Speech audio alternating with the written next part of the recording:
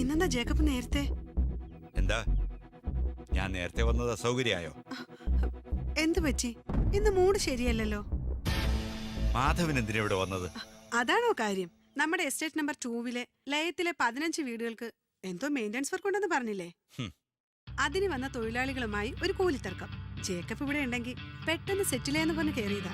ഞാൻ ഈ സമയത്ത് വീട്ടിലല്ല, ഓഫീസിലാണെന്ന് മാധവന് കൃത്യമായിട്ട് അറിയാലോ. അത് പിന്നെ നോ, മാധവൻ ഇവിടെ വരുന്ന എനിക്കിഷ്ടമല്ല. ഓഫീസ് കാര്യങ്ങൾ സംസാരിക്കാൻ ഓഫീസിൽ വരണം. അത് ഞാൻ പറഞ്ഞോളാം.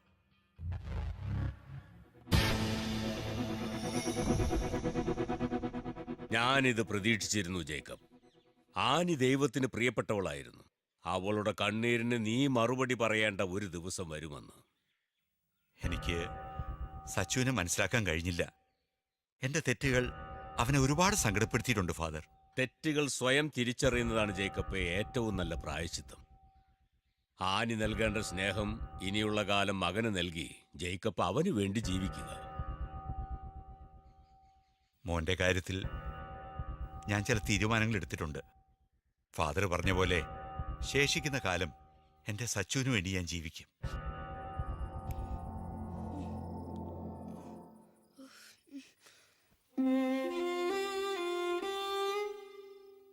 മോനെ സച്ചു, എഴുന്നേക്കടാ. മോമെല്ലാം കഴിച്ചോ?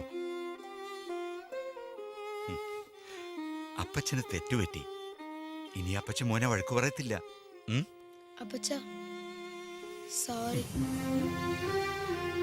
എന്റെ പൊന്നുമോൻ ഉറങ്ങിക്കോ.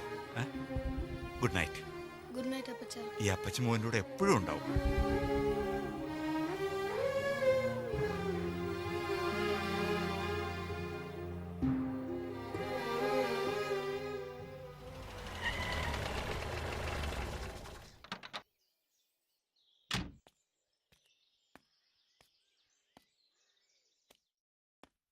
എടി നന്ദി കേട്ടോളെ.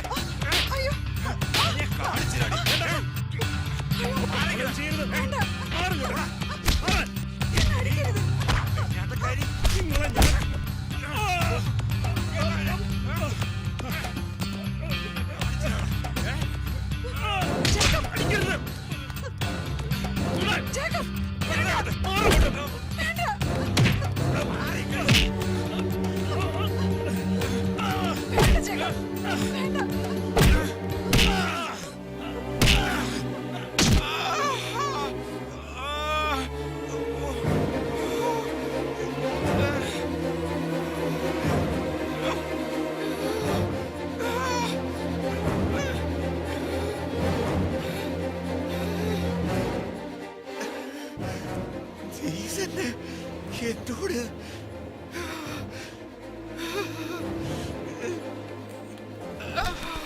എന്റെ മോനെ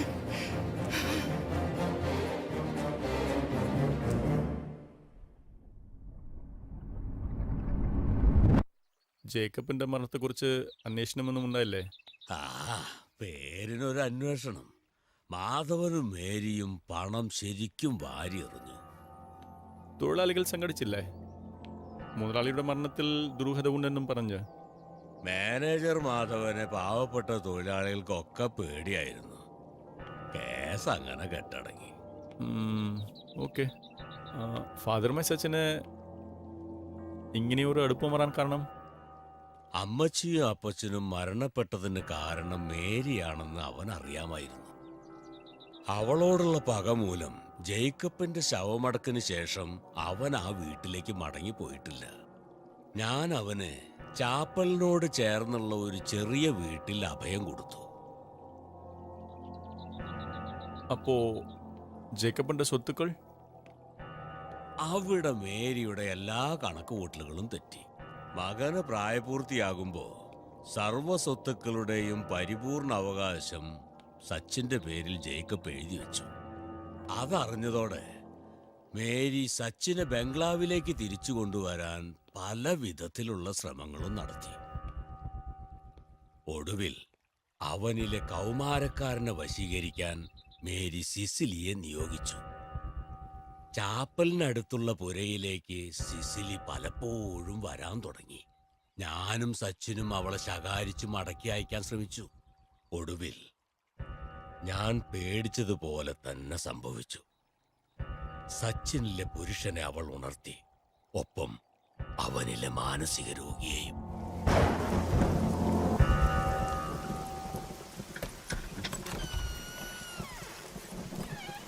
സിസിലി, നിന്നോട് ഇവിടേക്ക് വരരുത് ഞാൻ പറഞ്ഞിട്ടുള്ളതല്ലേ? കിഴക്കൻകോള് കയറിയത് എത്ര പെട്ടെന്നാ.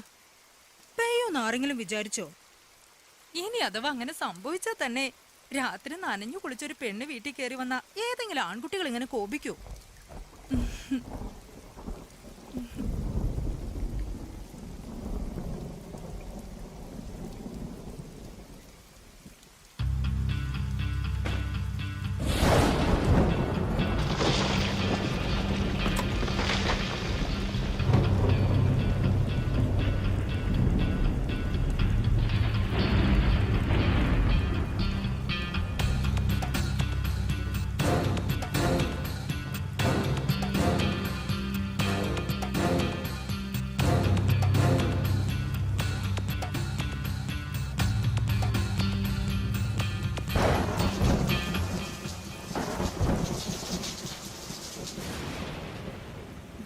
ആ ബംഗ്ലാവിൽ ഞാനും മേരിയന്റെയും തനിച്ചല്ലേ.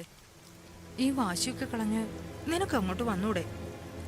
അവിടെയാവുമ്പോ നിന്റെ ഏത് കാര്യത്തിലും ഞാനും മേരിയന്റെയും എപ്പോഴും അടുത്തുണ്ടാവും.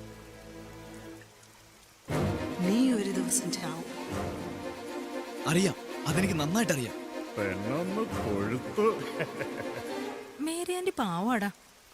നീ ഒരു ഒത്ത ആണാ എന്നറിഞ്ഞപ്പോ നിന്നെ കാണാൻ കൊതിച്ചിരിക്കും ആന്റി. നിന്നെ ഇന്ന് തന്നെ കൂട്ടിക്കൊണ്ട് ചെല്ലാന്നാ മേരിയാന്റിയോട് ഞാൻ പറഞ്ഞിട്ട് വന്നേ.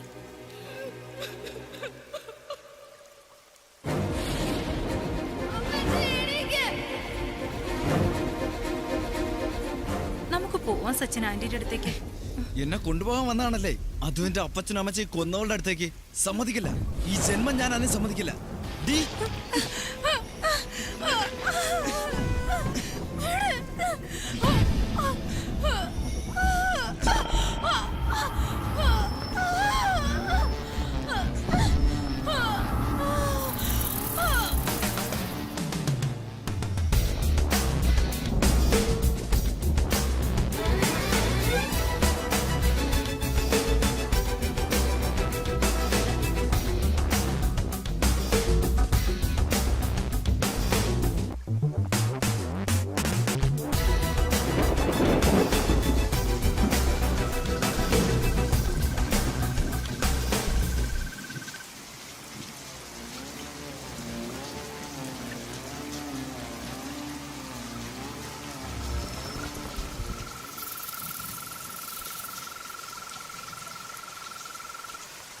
അച്ചോ, അച്ചോ. ആരാ ആരാ ഈ പാതിരി നേരത്ത്? ഓ, നീയോ? എന്തേ? അച്ചോ, എനിക്കൊന്ന് കുമ്പസാരിക്കണം. കുമ്പസാരിക്കാൻ ഈ നേരത്തോ? നേരം വെളുത്തിട്ട് പോരെ മോനെ. അതുപോരാ, ഇപ്പൊ തന്നെ കുമ്പസാരിക്കണം.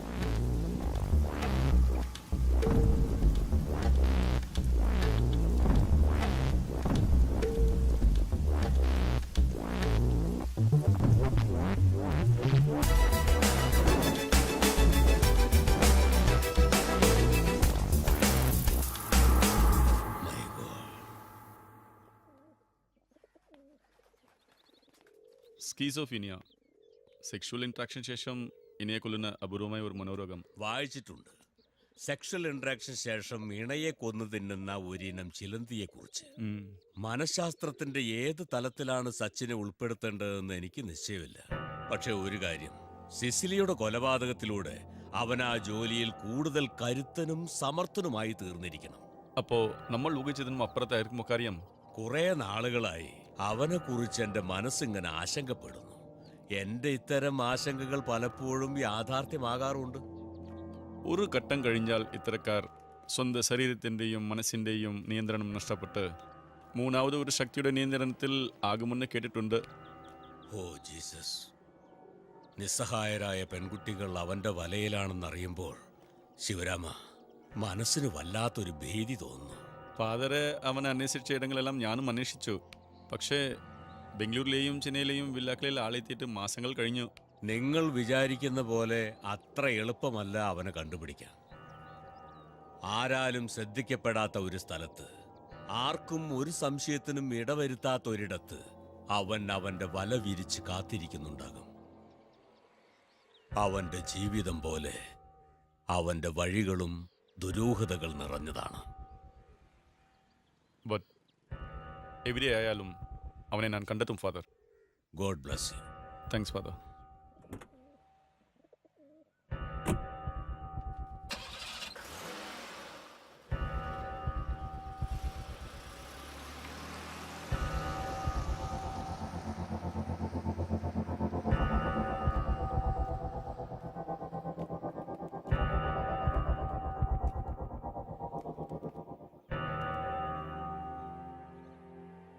നിന്നെ വിഷമിപ്പിക്കണ്ടെന്നോർത്താ ഞാനിത് ഇതുവരെ പറയാതിരുന്നത്.